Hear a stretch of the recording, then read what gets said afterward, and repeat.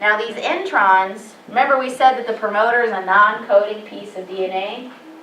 Well, these introns, these are also non-coding. So in other words, these are never going to be made into protein.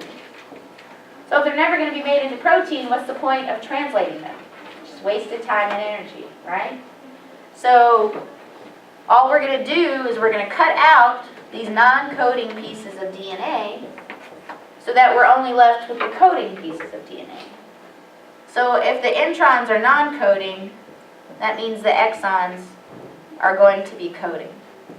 So your proteins in your body, they're only made up of exons. The introns have been cut out. And so those are kind of the 3 steps involved in processing. So we're going to add this specialized 5' cap. That's all you need to know. You add a 5' cap. You add your poly A tail, so you tack on a bunch of adenines at the end of the 3' end. And then during this process, this 3rd process is called RNA splicing.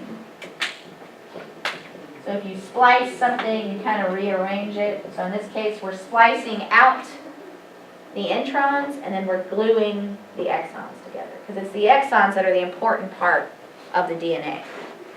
So when you look, right after transcription, you've got this pre-mRNA molecule.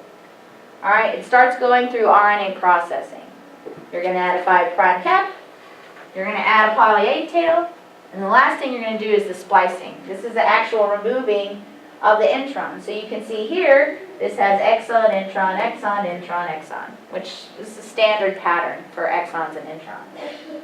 Now these introns, their purposes, remember I said these non-coding pieces of DNA, they're ways to help regulate different processes.